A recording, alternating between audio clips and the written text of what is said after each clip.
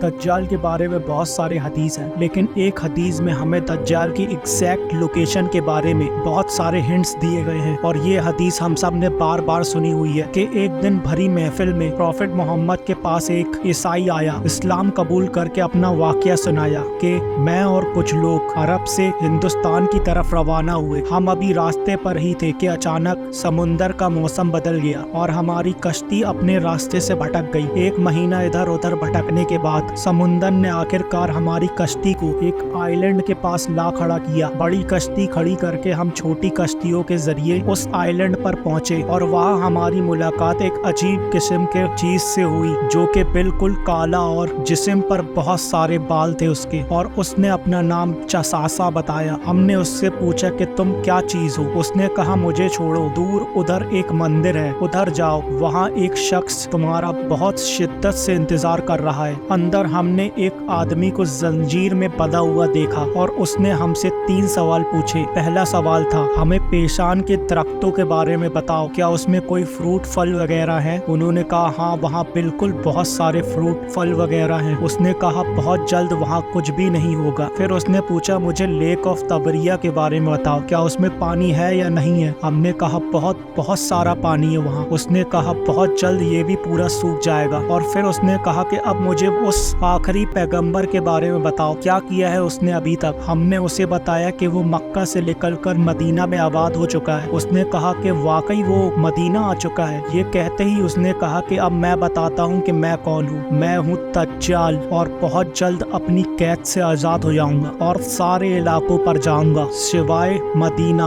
और मक्का के और मस्जिद अक्सा के। प्रॉफिट मोहम्मद ने सबको बुलाकर कहा, ऐ लोगों, ये है मदीना। तमीम अब्दारी जो कह रहा है मुझे उसमें सच्चाई नजर आ रही है। याद रखो दज्जाल शाम के समुंदर में है और ना यमन के समुंदर में। और अपने हाथ से ईस्ट की तरफ इशारा कर कर कहा, दज्जाल ईस्ट में है, दज्जाल ईस्ट में है, दज्जाल ईस्ट में है। अब सिंपल सी बात है, एस वी नो ईस्ट की तरफ सफर के दौरान उनकी कश्ती एक आइलैंड में रुकी थी। So let's find out all the islands in east. Medina के ईस्ट में फेमस अरेबियन सी है और इसमें टोटल 4 आइलैंड पाए जाते हैं। Lakshadweep island in India, Socotra island in Yemen, Al Masirah island in Oman and Astola island Pakistan. हदीस में क्लियरली फरमाया गया है कि दज्जाल यमन के समुंदर में नहीं होगा। तो ये 2 आइलैंड्स तो निकल गए। प्रॉफिट मोहम्मद ने मदीना में जो ईस्ट की तरफ इशारा किया था, अगर उससे हम बिल्कुल एक सीधी लाइन खींचे तो वो बिल्कुल सीधे अस्तोला आइलैंड के ऊपर से गुजरती है। और जब जसासा ने उनको उन आइलैंड में एक टेम्पल मंदिर की तरफ भेजा था, तो इस